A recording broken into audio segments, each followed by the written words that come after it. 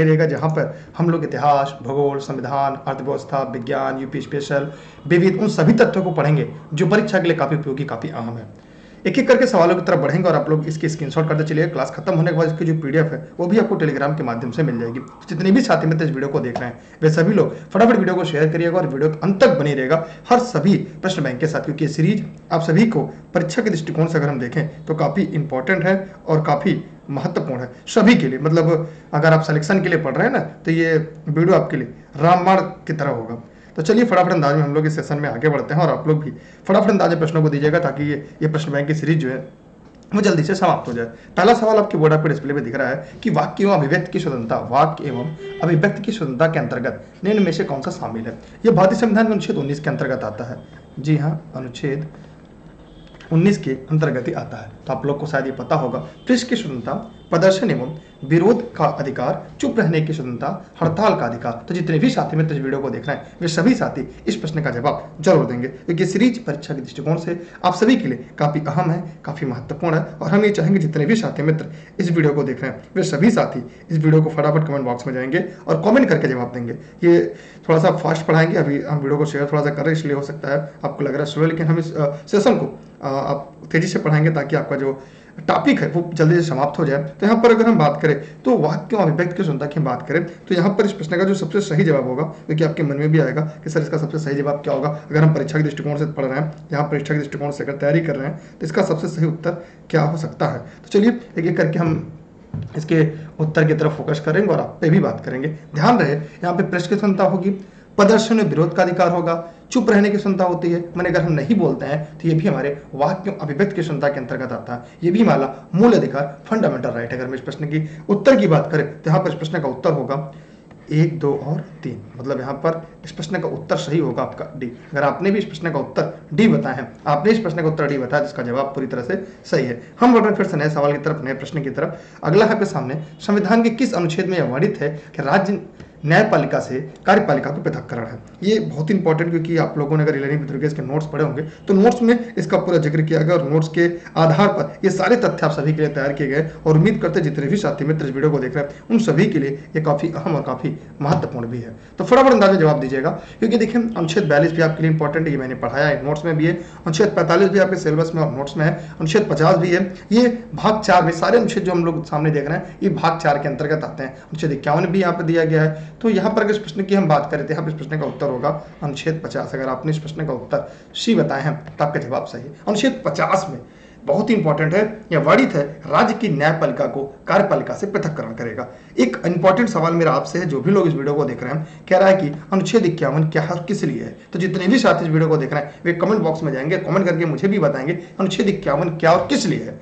सभी साथी जितने भी लोग इस वीडियो को पढ़ रहे हैं, आगे हम देखेंगे भारत की संसद निम्न में से किससे मिलकर बनती है। आज के सेशन में सबसे पहले संविधान से प्रश्न बैंक शुरू हुआ है और एक एक करके हम सभी प्रश्नों की तरफ बढ़ेंगे और आपके साथ ही बढ़ेंगे।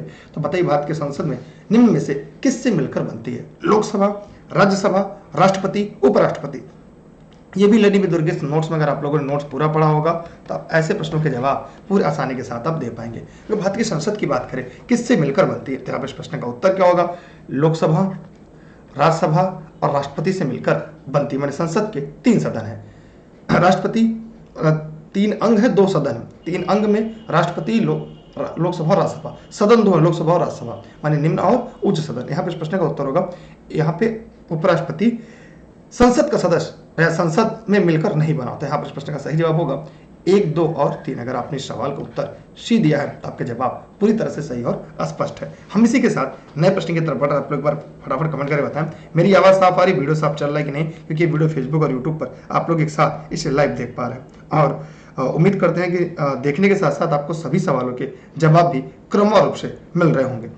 अगला सवाल आपके सामने, संविधान सभा के मूल अधिकारों, अल्पसंख्यकों एवं जनजातियों तथा बहिष्कृत प्रभावित क्षेत्रों के लिए परामर्शदाता की समिति के अध्यक्ष कौन थे?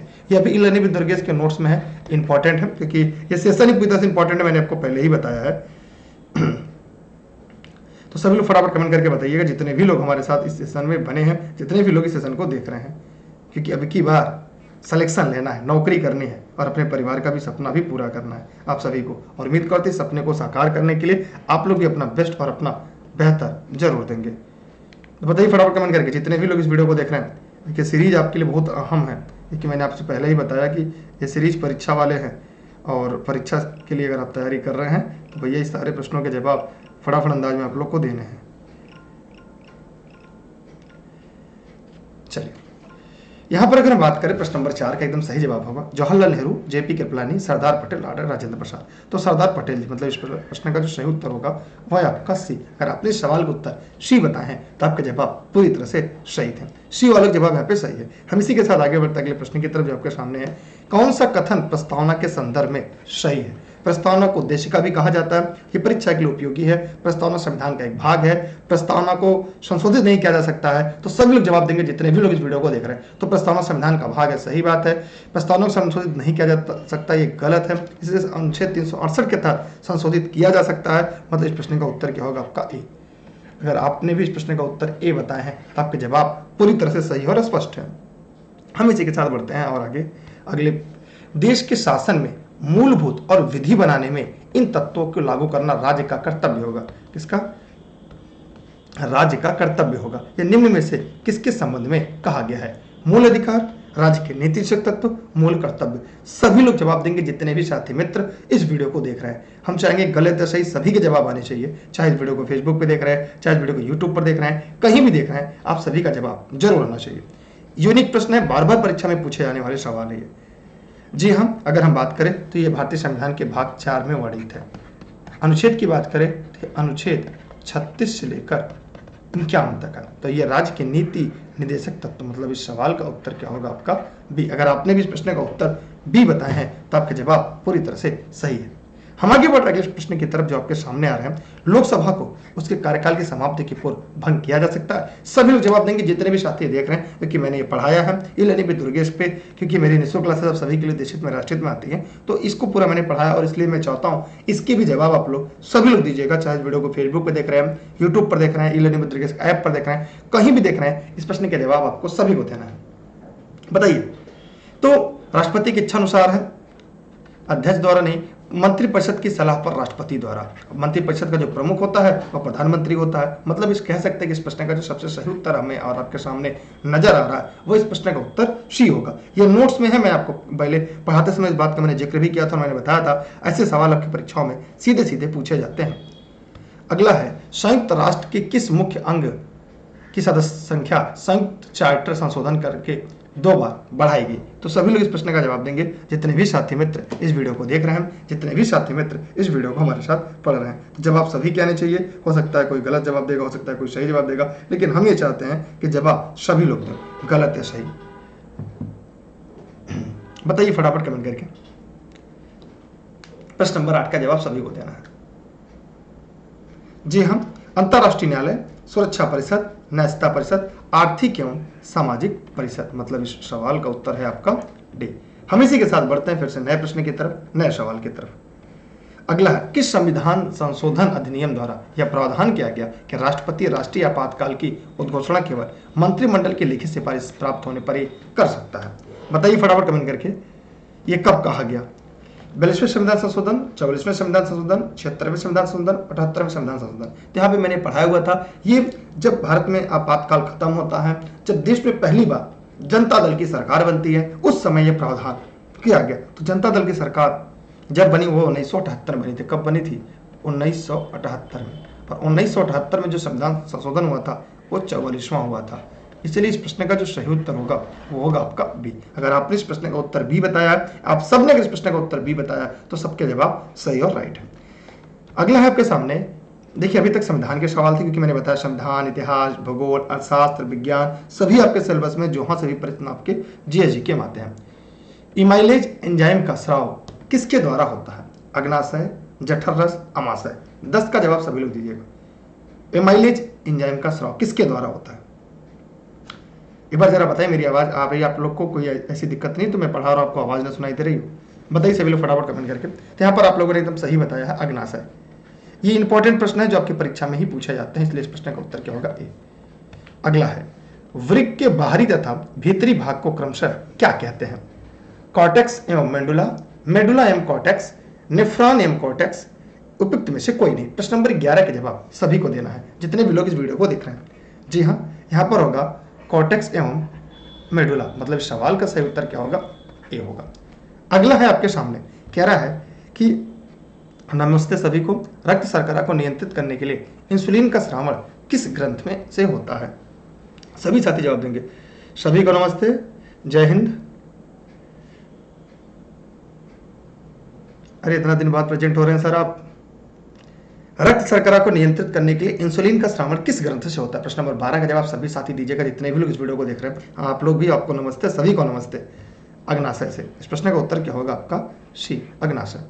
अगला है, मुद्रास्फीति तथा बेरोजगारी के मध्य संबंधों को दर्शाता है फिलिप्स वक्र, लॉरेंज वक्र, लाफर वक्र, कुर्जेंट्स वक्र। प्रश्न नंबर 13 का जवाब सभी साथी सभी मित्रों को देना है, जितने भी लोग इस वीडियो को देख रहे हैं।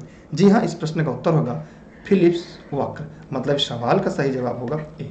हम इसी के साथ बढ़ते हैं नए प्रश्न की तरफ। ठीक है, जितने भी लोग इस वीडियो को देख रहे हैं सभी लोग फटाफट अंदाज में जवाब देते रहेंगे। घाटे की वित्तीय व्यवस्था का अर्थव्यवस्था पर क्या प्रभाव पड़ता है? मैंने बताया इतिहास, भूगोल, संविधान, अर्थव्यवस्था, विज्ञान, विविध, साइंस एंड टेक्नोलॉजी, कंप्यूटर, इन सभी से सवाल आपकी परीक्षा में आते हैं और ये सभी आपके सिलेबस में यहाँ पर है। जी हाँ, घाटे की वित्तीय व्यवस्था का अर्थव्यवस्था पर मुद्रा आपूर्ति में वृद्धि। इस सवाल का उत्तर हो जाएगा आपका बी। उम्मीद करें एकदम साफ और स्पष्ट दिखाई और सुनाई दे रहा होगा। अगला है, भारत में मुद्रास्फीति का प्राकलन का सबसे प्रचलित माप क्या है? थोक मूल्य सूचकांक, औद्योगिक उत्पादन का सूचकांक, उपभोक्ता मूल्य सूचकांक, इनमें से सभी। ये भी इंपॉर्टेंट, ये बहुत बार आपके परीक्षा में सवाल पूछा जाता है, क्योंकि रट लीजिए, बहुत इंपॉर्टेंट है। देखिए, उपभोक्ता मूल्य सूचकांक प्रश्न नंबर 15, ये भी सही है, ठीक है, लेकिन हाँ, इस प्रश्न का उत्तर होगा आपका सी। अगर आपने भी इस प्रश्न का जवाब सी दिया है, तब के जवाब प्रश्न के उत्तर पूरी तरह से सही है। हम बढ़ते हैं फिर से नए सवाल की तरफ। आप लोग वीडियो को शेयर जरूर करिएगा अपने सभी मित्रों को, सभी साथियों को। अगला है, कौन सा कथन सही है? इस तरह के सवाल आपकी परीक्षाओं में कूट वाले खूब झोला भर भर के पूछे जाते हैं। इसमें कह रहा है, भारतीय रिजर्व बैंक का राष्ट्रीयकरण 1 जनवरी 1950 को किया गया, गलत है। भारतीय रिजर्व बैंक का लेखा 1 अप्रैल से मार्च से, ये भी गलत है। इसलिए इस प्रश्न का उत्तर होगा न तो 1 न तो 2। यह सब ई लर्निंग विद दुर्गेश में है। ये क्या है? ई लर्निंग विद दुर्गेश में। देखिए, यहाँ पे थोक मूल्य सूचकांक भी है, लेकिन क्या है? सबसे प्रचलित माप पूछा, इसलिए इस प्रश्न का उत्तर हो जाएगा सी। वैसे आपका सही है क्या? थोक मूल्य सूचकांक ही। ठीक। अगला है, कौन सा व्यापक मुद्रा कहलाती है? ये मैंने पढ़ा है और बहुत बार घुमा घुमा के प्रश्न आपके परीक्षा में पूछे जाते हैं। M3, M2, M4, M0, M1, M3 हो जाएगा। ए वालों का जवाब यहाँ पे सही है। अगला है, देखिए, नोट संबंधित कोई भी जानकारी चाहिए, यहाँ पर आप कमेंट करके, कॉल करके या व्हाट्सएप करके जानकारी सभी लोग ले सकते हैं। ठीक, सभी विषयों की नोट्स आपको मिल जाएगी। अगला है, आरबीआई का लेखा वर्ष क्या होता है? बहुत ही इंपॉर्टेंट प्रश्न है, ये आपके परीक्षा में कई बार पूछा जाता है। उम्मीद करते हैं इस प्रश्न का जवाब सभी लोग बताएंगे। चलिए, आपका धन्यवाद, आप इनको खोज कर लेकर आएंगे, थैंक यू। लेकिन आप लोग टाइम से क्लास में बने रहा करिए, पढ़ लीजिए, जब तक सफलता मिल जाएगी उसके बाद खूब आराम फरमाइएगा। लेकिन अभी कुछ दिन और पढ़ लीजिए, कुछ दिन और मेहनत कर लीजिए, कुछ बेहतर कर लीजिए। आरबीआई का लेखा वर्ष है, सभी लोग जवाब देंगे कमेंट सेक्शन में कमेंट करके। बहुत यूनिक सवाल है, देखते इस प्रश्न का सही जवाब कौन देता है। ज्यादातर लोग इस प्रश्न का उत्तर गलत देते हैं और मैं आज इस प्रश्न का इंतजार करूंगा कि जब तक आप जवाब नहीं देंगे तब तक हम आगे नहीं बढ़ेंगे। बताइए,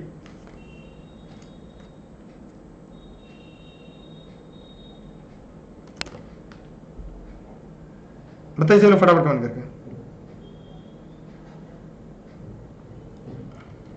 गलत जवाब भी बता रहे हैं यहाँ पे। आरबीआई का 1 जुलाई से 30 जून होता है। ये बहुत ही इंपॉर्टेंट सवाल है, एकदम परीक्षा के लिए, एकदम रट लीजिएगा। जितने भी साथी इस वीडियो को देख रहे हैं एकदम रट कर रखिएगा, क्योंकि यहाँ से बहुत सारे लोग गलती करते हैं। कुछ लोग 1 अप्रैल से 31 मार्च बता रहे, ये नहीं है। ठीक है, यहाँ पर इस प्रश्न का उत्तर होगा ए। हम बढ़ रहे फिर से नए सवाल की तरफ आपके साथ। अगला है, भौतिक मानचित्र में किसको शामिल किया जाता है? ध्यान दीजिएगा, मानचित्र भी पहले तो आम जो मानचित्र होते हैं वो 2 प्रकार के होते हैं। अगर दोनों प्रकार की, अच्छा एक ध्यान से देखिएगा, ये गलत है, मैंने आपको बताया ये गलत है, ये भी गलत है, ये भी गलत है, तो ये गलत है, इसलिए गलती मत करिएगा परीक्षा के अंदर। आरबीआई का पूछा है, किसका? आरबीआई का। तो आरबीआई का जो वित्तीय वर्ष होता है 1 जुलाई से 30 जून होता है। एकदम रट लीजिएगा, एकदम, मतलब इसलिए कह रहे हैं ना, अगर आपको लग रहा है नहीं दुर्गेश सर गलत पढ़ा है तो गूगल कर लीजिए, आपको जवाब मिल जाएगा। ये यूनिक सवाल है, बहुत बार परीक्षाओं में पूछे जाता है। जी हाँ, और टेलीग्राम पर आप लोग दुर्गेश सर सर्च करके ई लर्निंग विद दुर्गेश पर भी बने रहिएगा। यहां पर है भौतिक मानचित्र। भौतिक मानचित्र समझ रहे हैं आप लोग, ध्यान से समझिएगा। हाँ, ध्यान से देखिएगा। वित्तीय वर्ष मिश्रा जी ध्यान से देखिएगा, मैं इस प्रश्न को फिर से बताऊंगा। यहाँ पे आरबीआई शब्द प्रयोग किया, फिर से मैं बताऊंगा आरबीआई। आरबीआई का वित्तीय वर्ष पूछा है। प्रश्न को ध्यान से पढ़िएगा, क्योंकि बहुत लोग इसमें गलती करते हैं और मैं बार बार कह रहा था कि सब इसमें गलती करेंगे। आज गलती हो गई, लेकिन आज के बाद जीवन में कभी ये प्रश्न आए तो गलती मत करिएगा। आप तुरंत गूगल करिए, आप खुद से करिए कि क्या दुर्गेश सर ने जो बताया वो सही है या नहीं। जितने भी लोग लाइव पढ़ रहे हैं, और अगर आपको बेहतर लगे नहीं दुर्गेश सर सही बताया, सबको शेयर करिएगा। हम आगे बढ़ रहे हैं नए सवाल की तरफ। अगला है भौतिक मानचित्र की बात करें तो जो भौतिक मानचित्र होता है उसमें पर्वत, पठार, नदियां, इन चीजों को दिखाया जाता है। जबकि जो राजनीतिक मानचित्र होता है इसमें किसी भी देश, राज्य की सीमा को प्रदर्शित किया जाता है, सीमा रेखा को प्रदर्शित किया जाता है। इसलिए इस प्रश्न के उत्तर की हम बात करें तो यहाँ पर पर्वत, पठार, मैदान, महासागर, देश और राज्य की सीमाएं ये राजनीतिक मैप में, ये पॉलिटिकल मैप में दर्शाई जाती हैं। इसलिए इस प्रश्न का जो उत्तर होगा वो होगा 1, 2, 3, 4। मतलब इस सवाल का उत्तर क्या होगा? बी होगा। ठीक है, अब जरा आप लोग बताइए कि कितने लोग का कॉन्सेप्ट क्लियर हो, जो कि मैंने बताया कि आरबीआई का, ध्यान से देखिएगा, आरबीआई भारतीय रिजर्व बैंक का, तो भारतीय रिजर्व बैंक का जो वित्तीय वर्ष था कितने लोग को समझ में आया कि नहीं मैंने सही बताया? तो आप लोग कमेंट करके जरूर मुझे भी अवगत कराइएगा। ठीक है, क्योंकि हमारा उद्देश्य हमेशा होता है चीजों को आपके लिए लेगा। देखिए यहाँ पर एक प्रश्न यहाँ पूछा गया था, यहाँ भी गलती कर सकते थे आप। देखिए यहाँ पूछा गया था कि भारतीय रिजर्व बैंक का लेखा वर्ष अप्रैल मार्च होता है। देखिए यहाँ पर भी लोग गलती कर जाते। देखिए उसी सीरीज में यहाँ पर भी, उसी सीरीज में देखिए यहाँ पर लोग गलती करते। देखिए यहाँ पे है ना गलती, अप्रैल से मार्च, लोग यही लगाते कि 1 अप्रैल से 31 मार्च है, तो इसको सही कर देते। ये केवल 2 सही है तो गलती हो जाता। तो इसीलिए मैं कहता हूँ प्रश्न को ध्यान से पढ़िए और टाइम से क्लास में बने रहा करिए और टाइम तक के लिए बना रहा करिए। यहाँ पर हम आगे बात करेंगे सभी को कि यहाँ पे हमारे सामने समझ में आ गया बी। अगला है कौन सुमेलित नहीं है। देखिए भूगोल की सीरीज शुरू हो गई, इसमें कौन सुमेलित नहीं है? कुंद्रमुख लौह अयस्क, ये भी नोट्स में मिल जाएगा आपको। कोलार सोना, ये भी मिल जाएगा। यहाँ पे पूरा कोडरमा चांदी, ये गलत है। जावर सीसा जस्ता, ये भी सही। मतलब इस प्रश्न का उत्तर क्या होगा? सी। माने जो गलत है वही हमारा यहाँ पर सही है। क्योंकि मैं बार बार आपसे कहना चाहता हूँ कि उन्हीं तथ्यों को पढ़िए, उन्हीं प्रश्नों को पढ़िए जहां से आपके परीक्षाओं में बार बार सवाल पूछे जाते हैं। हम बढ़ते हैं फिर से नए सवाल की तरफ। पूर्ण गरीबी का क्या अभिप्राय है? प्रश्न नंबर 21 का जवाब दीजिएगा। पूर्ण गरीबी का क्या अभिप्राय है? प्रश्न नंबर 21। पूर्णतया गरीबी, लोगों की संख्या में के रूप में गरीबी, वर्तमान मूल्य स्तर के रूप में गरीबी, बेरोजगारी के पूर्ण स्तर के रूप में गरीबी, बुनियादी न्यूनतम कैलोरी की आवश्यकता। 21 के जवाब सभी लोग दीजिएगा। ये मैंने पढ़ाया है। अगर आपने इकोनॉमिक्स की सीरीज की थ्योरी पूरा पढ़ा होगा जो ई लर्निंग विद दुर्गेश के ऐप पर उपलब्ध है या e learning with Durgesh YouTube channel पर उपलब्ध है, वहां पर मैंने एकदम स्पष्ट पढ़ाया। पूर्णतया गरीब लोगों की संख्या के रूप में गरीबी, ये पूर्ण गरीबी कहलाती है। मतलब इस सवाल का उत्तर आपका ए हो जाएगा। क्लियर हो कॉन्सेप्ट आप सबका? आगे बढ़े। ठीक है, अगला है भारत में कौन सा शहर सबसे पारंपरिक कढ़ाई शैलियों में से एक चिकनकारी के लिए विश्व प्रसिद्ध है? सभी साथी जवाब देंगे जितने भी लोग इस वीडियो को देख रहे हैं। ये सब भारत की भूगोल की सीरीज है और यहां से परीक्षा में सवाल पूछे जाते हैं। सभी लोग फटाफट अंदाजे प्रश्नों के जवाब देंगे जितने भी लोग इस वीडियो को देख रहे हैं। अगर बात करें चिकनकारी तो हाँ, लखनऊ। सभी के जवाब सही है, किसी की भी गलत नहीं होंगे। मैं इस बात को दावे के साथ कह सकता हूं। मैं आगे बढ़ रहा हूं अगले प्रश्न की तरफ। अगला है कौन सा देश स्थल रूढ़ देश है? माने जिसकी सीमा समुद्र को नहीं बल्कि स्थल से घिरा हुआ चारों तरफ से। प्रश्न नंबर 23 का जवाब दीजिएगा। Germany, France, Switzerland, Italy. तो जो मानचित्र पूरा पढ़ोगे, मानचित्र का जिन्होंने सीरीज पढ़ा होगा वो इस प्रश्न का जवाब पूरी आसानी के साथ दे सकते हैं। इस प्रश्न का जो सही उत्तर होगा वो होगा स्विट्जरलैंड। वो क्या होगा इस प्रश्न का उत्तर? सी, स्विट्जरलैंड होगा। अगर आपने भी इस प्रश्न का उत्तर सी स्विट्जरलैंड बताया है तो आपका जवाब सही है। ये स्थल रूढ़ देश है। प्रश्न नंबर 23, ये विश्व भूगोल की सीरीज में मैंने पढ़ाया हुआ है, एक बार जाकर आप सेशन चेक कर लीजिएगा। अगला है कौन सी नदी हिमालय की पूर्ववर्ती नदी है? माने जो हिमालय के पार से आती है। सभी लोग जवाब देंगे जितने भी साथी इस प्रश्न को पढ़ रहे हैं। सभी लोग जवाब दीजिएगा। क्या आपने वीडियो को शेयर किया? कमेंट करके भी जरूर बताइएगा। प्रतिदिन क्लास में लाइव रहिएगा एकदम टाइम से, और अपने सभी मित्रों को बता दीजिए क्लास कितने बजे से कितने बजे तक के लिए चलती है। यहां पर अगर हम बात करें कि निम्न में से, सभी लोग जवाब दीजिए फटाफट कमेंट करके। सिंधु नदी ये हिमालय के पार से आती है, सतलज भी, ब्रह्मपुत्र भी। तो यहाँ पर प्रश्न का उत्तर होगा 1, 2, 3। मतलब सवाल का उत्तर हो गया सी। हम बढ़ रहे फिर से नए सवाल की तरफ आपके साथ। अंतरराष्ट्रीय तिथि रेखा किस महासागर से होकर गुजरती है? जी हाँ, अंतरराष्ट्रीय तिथि रेखा बहुत ही इंपॉर्टेंट है। मैं अगर आपको पूछूं कि अंतरराष्ट्रीय तिथि रेखा को कितनी बार टर्न किया गया है तो मैं उम्मीद करता हूं इस प्रश्न का जवाब आप कमेंट सेक्शन में कमेंट करके जरूर देंगे। बताइए, अंतरिक्ष रेखा किस महासागर से गुजरती थी? यहाँ पर इस प्रश्न का उत्तर होगा सी, प्रशांत महासागर। अगर आपने इस प्रश्न का उत्तर सी बताया है तो आपके जवाब पूरी तरह से सही है। ठीक, मैं आगे बढ़ रहा हूं अगले प्रश्न की तरफ। कर्क रेखा निम्न में से किस देश से होकर नहीं गुजरती? ये भी मैंने पढ़ाया है विश्व भूगोल की सीरीज में, अगर आपने पढ़ा होगा तो आपको याद होगा। सभी लोग जवाब दीजिए प्रश्न नंबर 26 का, फटाफट अंदाज में जवाब दीजिएगा। बहामासा है, लीबिया, यूएई है, लेकिन ब्राजील से कर्क रेखा नहीं गुजरती, और जो गलत है वही यहां पर आपका सही है। निम्न में से कौन सा भारतीय राज्य 3 देशों के साथ सीमा नहीं बनाता? देखिए, आप लोग नोट संबंधित कोई भी जानकारी चाहिए ई लर्निंग विद दुर्गेश के ऑफिस के नंबर पर कॉल या व्हाट्सएप कर नोट संबंधित सभी जानकारी ले सकते हैं।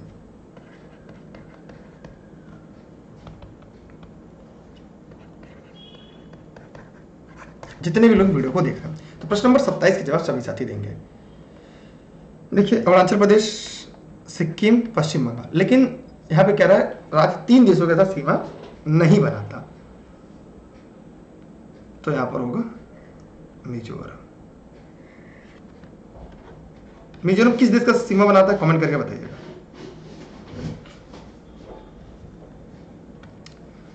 प्रति चक्रवात की विशेषता क्या होती है? एक चक्रवात होता है, प्रति चक्रवात होता है, दोनों को आपको यहां पे जवाब देना है कमेंट बॉक्स में कमेंट करके। प्रश्न नंबर 28 का सभी साथी मित्र इस प्रश्न का जवाब देंगे। तापमान वृद्धि, तेज हवा, तेज बारिश, स्वच्छ आसमान। नहीं, सिक्किम 3 देशों से घिरा हुआ है, स्वच्छ आसमान। प्रश्न को ध्यान से पढ़िए, मिश्रा जी ध्यान से पढ़िए। कह रहा कौन सा भारतीय राज्य 3 देशों के साथ सीमा रेखा नहीं बनाता? सिक्किम बनाता है। प्रथम गवर्नर जनरल वारेन हेस्टिंग की काउंसिल कौन एक सदस्य नहीं था?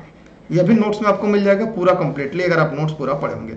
वारविल, क्लेवरिंग, मॉनसन, वेंसीटार्ट। तो प्रश्न नंबर 29 के जवाब सभी लोग दीजिएगा। वारवेल थे, मॉनसन थे, क्लेवरिंग थे, लेकिन वेंसीटार्ट नहीं था। मतलब इस प्रश्न का उत्तर क्या होगा? डी। लेकिन नहीं है, सवाल खूब पूछे जाते हैं, इसलिए नोट्स में जो आप लर्निंग विद दुर्गेश को, उसमें सारी चीज एकदम साफ और स्पष्ट रूप से दी गई है, मैंने पढ़ाई भी है। किसे उर्दू में तहजीबुल अखलाक नाम मासिक पत्रिका प्रारंभ की थी? 30 का जवाब दीजिएगा। बदरुद्दीन तैयबजी, रहीमतुल्लाह मोहम्मद सैनी, सर सैयद अहमद खान या मोहम्मद इकबाल। तो जवाब सभी कहने चाहिए, चाहे गलत हो चाहे सही हो। सभी लोग जवाब दीजिएगा। सर सैयद अहमद खान। सवाल का उत्तर क्या होगा आपका? सी। ठीक, कौन से गलत सम्मिलित है? ध्यान दीजिएगा प्रश्न को, जो ध्यान से नहीं पढ़ता, नहीं है, गलत है, इस तरह के प्रश्न को ध्यान से पढ़ना होगा। Pattabhi Sitaramayya, history of Indian national Congress. Subhash Chandra Bose, fighter for freedom, ये सही है। Jawaharlal Nehru, discovery India. Surendra Banerjee, India today, गलत है। Pattabhi Sitaramayya, history of Indian national Congress, सही है। मतलब इस प्रश्न का उत्तर क्या होगा? ए। अगर आपने इस प्रश्न का उत्तर ए बताया है, जो गलत है वही आपका यहाँ पर सही है। हम बढ़ रहे हैं नए सवाल की तरफ, जो आपके सामने आ रहा है। अष्टदिग्गज किसके दरबार में रहते थे? अष्टदिग्गज किसके दरबार में रहते थे? शिवाजी, कृष्णदेवराय, चंद्रगुप्त द्वितीय, हर्षवर्धन। प्रश्न नंबर 32 का जवाब सभी साथी मित्र जरूर दीजिएगा। अष्टदिग्गज किसके दरबार में रहते थे? जवाब सभी लोग दीजिएगा। कृष्णदेव राय। अष्टदिग्गज किसके दरबार में रहते थे? कृष्णदेव राय। पहली बार किसी के सती होने का प्रमाण कहां से प्राप्त होता है? प्रश्न नंबर 33 जवाब दीजिएगा। समुद्रगुप्त के प्रयागराज स्थित है, भानुगुप्त के एरर अभिलेख से, हाथी गुम्फा अभिलेख से, कौशाम्बी अभिलेख से। यह सब ई लर्निंग विद दुर्गेश के नोट्स में, अगर आपने एक बार नोट्स को पूरा रिवीजन किया होगा तो ऐसे प्रश्नों को झोला भर भर के जवाब भी देंगे आप। भानुगुप्त के एरर अभिलेख से, मतलब अगर प्रश्न नंबर 33 की बात की जाए, इस सवाल का उत्तर आपका बी होगा। ठीक है, हम बढ़ रहे हैं नए सवाल की तरफ। अगला है, देखिए नोट संबंधी अगर आपको कोई भी जानकारी चाहिए तो यहाँ से आप इन नंबरों पर कॉल या व्हाट्सएप करके जानकारी ले सकते हैं। सभी नोट्स आपको मिल जाएंगे जो परीक्षा के लिए महत्वपूर्ण है। आगे हम बात करते हैं, किस युद्ध के पश्चात बाबर ने गाजी की उपाधि धारण की? किस युद्ध के पश्चात बाबर ने गाजी की उपाधि धारण की? पानीपत का प्रथम युद्ध, खानवा का युद्ध, चंदेरी का युद्ध, घाघरा का युद्ध। तो प्रश्न नंबर 34 का जवाब सभी लोग दीजिएगा कि किस युद्ध के पश्चात बाबर ने गाजी की उपाधि धारण की थी। बहुत ही इंपॉर्टेंट है, सभी साथियों के लिए महत्वपूर्ण है। पानीपत का युद्ध कब हुआ था? प्रथम युद्ध। खानवा का युद्ध कब हुआ था? चिंदरी का युद्ध कब हुआ था? घाघरा का युद्ध कब हुआ था? इन प्रश्नों को भी जवाब दीजिएगा, सभी लोग, जितने भी लोग हमारे साथ पढ़ रहे हैं। हाथी गुम्फा, देखिए पहली बार किसी के सती होने का जो प्रमाण कहां से मिला था? वो भानुगुप्त की एराडब्लिक से। बी। यहां पर होगा खानवा का युद्ध। खानवा का युद्ध कब लड़ा गया था? किनके बीच लड़ा गया था? कमेंट करके जवाब दीजिएगा। पूरा पाषाण युग के प्राप्त उपकरणों को पर विचार कीजिए। कूट वाले सवाल आज आप कल देखते हैं परीक्षा में खूब ज्यादा पूछे जाते हैं। वेधक, खुरचनी, हाथ की कुल्हाड़ी, ब्लेड। थोड़ा सा दिमाग लगाएंगे ना। जी हाँ, आपका स्वागत है और आपके सिलेबस का है और आपके परीक्षा में पूछे जाते हैं। यहाँ से वेधक है, खुरचनी है, हाथ की कुल्हाड़ी है, ब्लेड है। सभी लोग जवाब दीजिएगा, जितने भी लोग इस वीडियो को देख रहे हैं। देखिए वेधक हो गया, खुरचनी हो गया, हाथ की कुल्हाड़ी, ब्लेड जो नहीं थी, पूरा सारे प्राप्त उपकरण नहीं थे, इसलिए इस प्रश्न का 1 2 3 मतलब सवाल का उत्तर हो गया आपका डी। मैं आगे बढ़ूं अगले प्रश्न की तरफ। अगला है, भारत के सुप्रीम कोर्ट में न्यायाधीशों की संख्या कैसे बढ़ाई जा सकती है? मोस्ट टाइम पे सवाल है। जीएसजी के विविध के सवाल मिक्स प्रश्न बैंक है। भारत के सुप्रीम कोर्ट में न्यायाधीशों की संख्या कैसे बढ़ाई जा सकती है? 36 का जवाब सभी लोग दीजिएगा। राष्ट्रपति की अधिसूचना द्वारा, संसदीय कानून द्वारा, भारत के संविधान में संशोधन द्वारा, सुप्रीम कोर्ट के एक अभ्यावेदन द्वारा। बताइए। संसदीय कानून के द्वारा, मतलब सवाल का उत्तर हो गया आपका भी। इसकी पीडीएफ भी मिल जाएगी क्लास खत्म होने के बाद। इसकी पीडीएफ आपको टेलीग्राम पर मिल जाएगी। टेलीग्राम पर आपको सर्च करना होगा दुर्गेश सर बिना स्पेस के, ई लर्निंग विद दुर्गेश, आगे उससे आप लोग ज्वाइन कर लीजिएगा। जैसे ही टेलीग्राम को ज्वाइन करेंगे आपको सभी क्लास की नोट्स, वीडियो, इसकी पीडीएफ भी आपको मिल जाएगी, जो सबसे महत्वपूर्ण आप लोग के लिए होगी। लाठी क्लब की स्थापना किसने की थी? भगत सिंह, लाला लाजपत राय, बाल गंगाधर तिलक, बिपिन चंद्र पाल। प्रश्न नंबर 37 से जवाब दीजिएगा। बाल गंगाधर तिलक। इस प्रश्न का उत्तर होगा सी। अगर आपने भी इस प्रश्न का उत्तर सी बताया है तो हम आपके जो उत्तर हैं वो यहां पर सही होंगे। बाल गंगाधर तिलक। लाठी क्लब की स्थापना किसने की थी? बाल गंगाधर तिलक। प्रश्न नंबर 37 जवाब यहां पर होगा। हम आगे बढ़ रहे अगले सवाल की तरफ। कौन सा चतुराई पूर्ण निष्क्रियता की नीति के साथ जुड़ा हुआ है? Warren Hasting, Lord William Bentinck, Lord Dalhousie, John Lawrence. प्रश्न नंबर 38 का जवाब सभी साथी मित्र कमेंट करके दीजिएगा। हाँ जी, ये आपके सिलेबस की है क्लास है रूपा जी, आप सही जगह पे हैं, पढ़ रहे सिलेबस में। जीएसजी के विविध की क्लास है।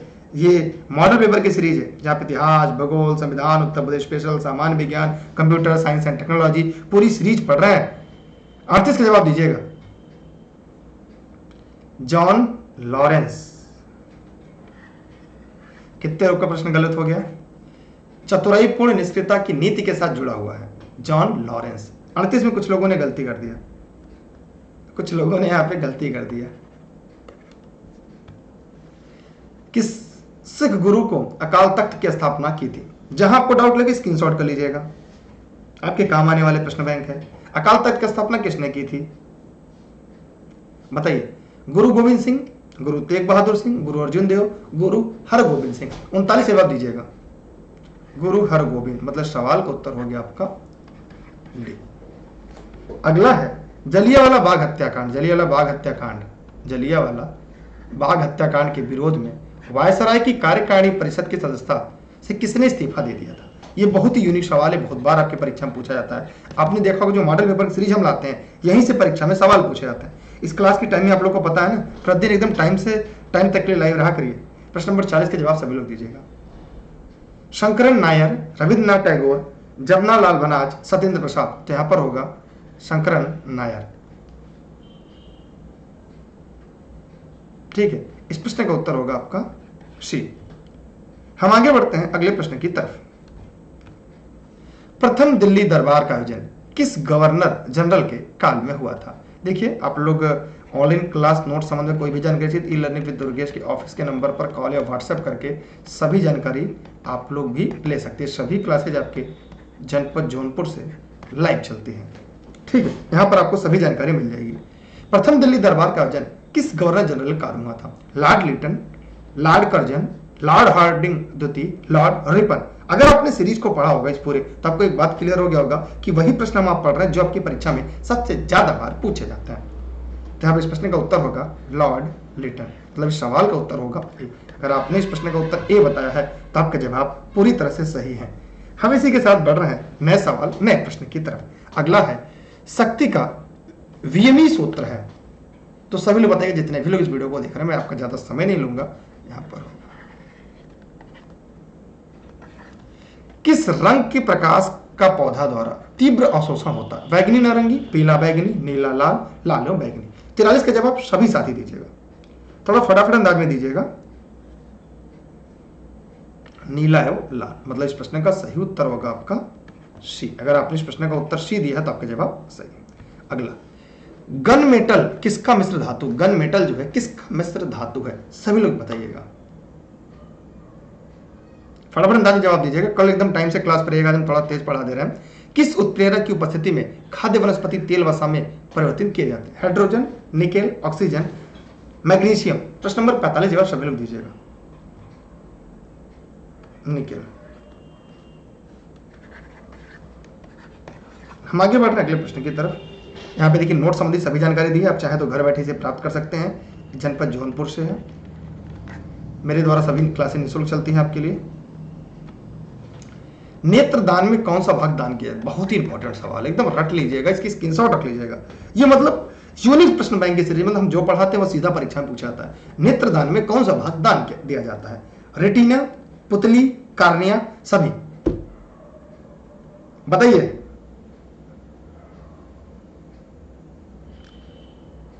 यहां पे नेत्रदान में कार्निया दान दिया जाता है। क्या दिया जाता है? कार्निया दान दिया जाता है। अगला, कौन सा सही नहीं है? यहां पे ध्यान दीजिएगा, कौन सा सही नहीं है? सभी लोग इस प्रश्न का जवाब देंगे, जितने भी लोग इस वीडियो को देख पा रहे हैं। तापमान बढ़ने पर वायु में ध्वनि का वेग बढ़ता है। वायु में ध्वनि का वेग दाब पर निर्भर नहीं करता। आर्द्रता के बढ़ने से वायु में ध्वनि का वेग कम हो जाता है। आयाम तथा आवृत्ति के परिवर्तन से वायु में ध्वनि का वेग प्रभावित नहीं होता। 47 का जवाब सभी साथी मित्र देंगे, सभी लोग। तो यहां पर होगा आर्द्रता बढ़ने से वायु में ध्वनि का वेग कम हो जाता है, मतलब इस सवाल का उत्तर होगा आपका सी। हम बढ़ रहे हैं नए सवाल की तरफ। अगला है, प्रत्यावर्ती धारा को दिश धारा में परिवर्तित करने की युक्ति क्या कहते हैं? इसके अलावा और दो यूट्यूब चैनल है, super TET with Durgesh sir, study with Durgesh sir. इन दोनों यूट्यूब चैनल पर सब्सक्राइब करके बेल आइकन दबा दीजिएगा, वहां पर भी आपको सभी क्लास वीडियो लिंक डेली की डेली मिलती रहती है। प्रत्यावर्ती धारा को दिश धारा परिवर्तित करने की युक्ति को रेक्टिफायर कहते हैं। ये बहुत ही यूनिक सवाल है, ये पूरे एनसीईआरटी का सेशन है जो आपके परीक्षा के लिए बहुत ही उपयोगी और अहम है। हम और आगे बढ़ते हैं। अगला है, ध्यान से देखिएगा, सूची को मिलान करना। लाइपेन, ट्रिप्सिन, इमाइलेज, इरेप्सिन कार्बोहाइड्रेट का पाचन, पॉलीपेप्टाइड को अमीनो अम्ल में, प्रोटीन का पाचन, वसा विघटन का एंजाइम। तो बताइए, अगर लाइपेज की हम बात करें तो जितने भी लोग इस वीडियो को देख रहे हैं फटाफट अंदाज में जवाब दे सकते हैं। जो लाइपेज है ना, ये वसा का विघटन एंजाइम है। अगर हम ट्रिप्सिन की बात करें तो ट्रिप्सिन क्या है? ये प्रोटीन का पाचक है। ये पढ़ाया है, ये ई लर्निंग विद दुर्गेश के नोट्स में आपको आसानी से मिल जाएगा।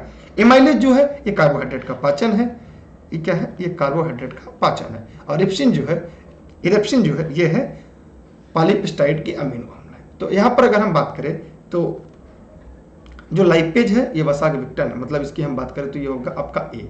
प्रोटीन का जो पाचन, अगर प्रोटीन के पाचन की बात करें तो यहां पर ये हो जाएगा आपका बी।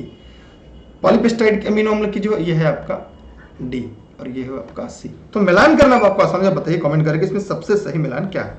ए इस प्रश्न का सही जवाब है। यहाँ पे आज का आखिरी और अंतिम प्रश्न है, क्योंकि 50 प्रश्नों की सीरीज होती है जो यहाँ पर आपकी समाप्त हो गई है। जितने भी साथी इस वीडियो को देख रहे हैं वे सभी टेलीग्राम पर फटाफट अंदाज में दुर्गेश सर सर्च करके ई लर्निंग विद दुर्गेश पर जवाब जरूर देंगे। टेलीग्राम पर आप लोग दुर्गेश सर सर्च करके ई लर्निंग विद दुर्गेश से जुड़े रहेंगे। ऑनलाइन क्लास और नोट संबंध में कोई भी जानकारी चाहिए, इन नंबरों पर कॉल या व्हाट्सएप करके आप जानकारी ले सकते हैं। जो सभी क्लासेज आपकी जनपद जौनपुर से लाइव चलती हैं। मेरे द्वारा सभी क्लासेज आपके लिए निःशुल्क देशित में राष्ट्रित में है। E learning with Durgesh app आप प्ले स्टोर से डाउनलोड कर सकते हैं, जहां पर सभी क्लास की नोट्स, वीडियो, पीडीएफ सब कुछ मिल जाएगी। क्लास खत्म होने के बाद इसकी पूरी पीडीएफ टेलीग्राम पर आपको मिल जाएगी। चैनल पर नए हैं, सब्सक्राइब करके बेल आइकन दबाइएगा, वीडियो को शेयर जरूर करेगा और प्रतिदिन क्लास टाइम से जुड़े रहिएगा।